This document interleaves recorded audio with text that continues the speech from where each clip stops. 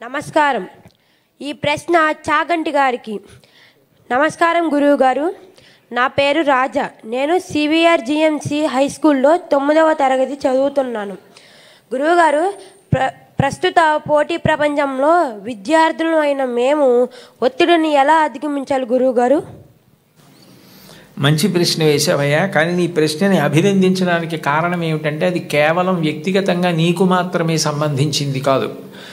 ఇవాళ అనేక లక్షల మంది విద్యార్థులకు ప్రతినిధిగా నువ్వు ఈ ప్రశ్న అడిగావు. చాలా మంచి ప్రశ్న. ఒత్తిడిని ఎలా అధిగమించాలి? ఒత్తిడిని అధిగమించడానికి ఎప్పుడు రెండు పరిష్కారాలు ఉంటాయి. ఒకటి ఆత్మవిశ్వాసం, రెండు ప్రణాళికాబద్ధమైనటువంటి జీవితం. ఆత్మవిశ్వాసము అంటే నువ్వు చదువుకున్న దాని మీద నువ్వు నమ్మకం పెంచుకోవాలి. నాకు ఇచ్చిన సిలబస్ ఏదుందో దాన్ని బాగా చదువుకున్నాను. మాస్టారు చెప్తున్నప్పుడు చాలా జాగ్రత్తగా విన్నాను. నాకు ఏదైనా అర్థం కాకపోతే మాస్టర్ని అడిగాను. ఆయన నాకు ప్రేమగా చెప్పారు.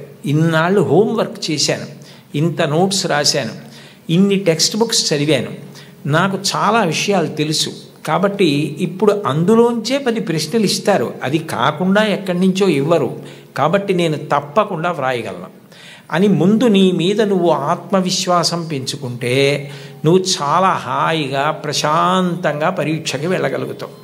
అట్లా కాకుండా నువ్వు ఏదో భయంతో నేను చదివినవి నాకు జ్ఞాపకం వస్తాయా, నేను అన్నీ చదివానా, నేను వదిలేసినవి ఏమైనా వస్తాయా అన్న బెంగ పెట్టుకోకుండా నీ మీద నువ్వు విశ్వాసాన్ని ముందు పొందగలగాలి. 2, నువ్వు ఇవాళ పరీక్ష ఉంది అంటే నిన్న రాత్రి నుంచి చదివితే నువ్వు బెంగ పెట్టుకోవాలి, ఒత్తిడి పడాలి. ప్రతిరోజు కూడా నువ్వు ప్రణాళికాబద్ధంగా నేను ఇన్ని గంటలకి నిద్ర లేవాలి అంటే ఖచ్చితంగా అన్ని గంటలకి నిద్ర లేవాలి. నరేంద్ర మోడీ గారి తండ్రి చెప్పులు వేసుకుని వెడుతుంటే టక్ టక్ టక్, ఆయనే వాడినటువంటి శబ్దం ఇది ఇంటర్వ్యూలో. టక్ టక్ టక్ అన్న శబ్దం వినపడితే గడియారాలు దిద్దుకునేవారట. 4:30 మోడీ గారి తండ్రి వెళుతున్నారని చెప్పి, దామోదర్ గారు వెళుతున్నారని చెప్పి. అంటే అంత ఖచ్చితంగా సమయపాలన అలవాటు కావాలి.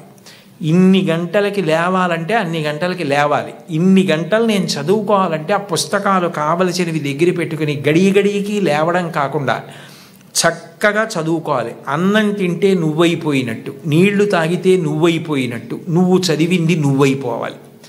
అంటే అంత బాగా చదవాలి. ఒక కాగితం మీదకి సూర్యరశ్మి పడితే కాగితం కాలదు. ఒక కుంభాకార కటకాన్ని, భూతద్దాన్ని సూర్యబింబానికి ఎదురుగుండా పెడితే ఆ కాంతి అందులోంచి వచ్చి కాగితం మీద పడితే కొంతసేపటికి కాగితం కాలుతుంది. ఎందుకనంటే ఆ వేడి భూతద్దంలోంచి ఒక చోట కేంద్రీకృతం అయింది, కాలింది కాగితం. నువ్వు చదివితే అలా చదవాలి. చదువుతున్నంతసేపు పుస్తకం ఏం చదువుతున్నావో అది నీలోకి వెళ్ళిపోవాలి.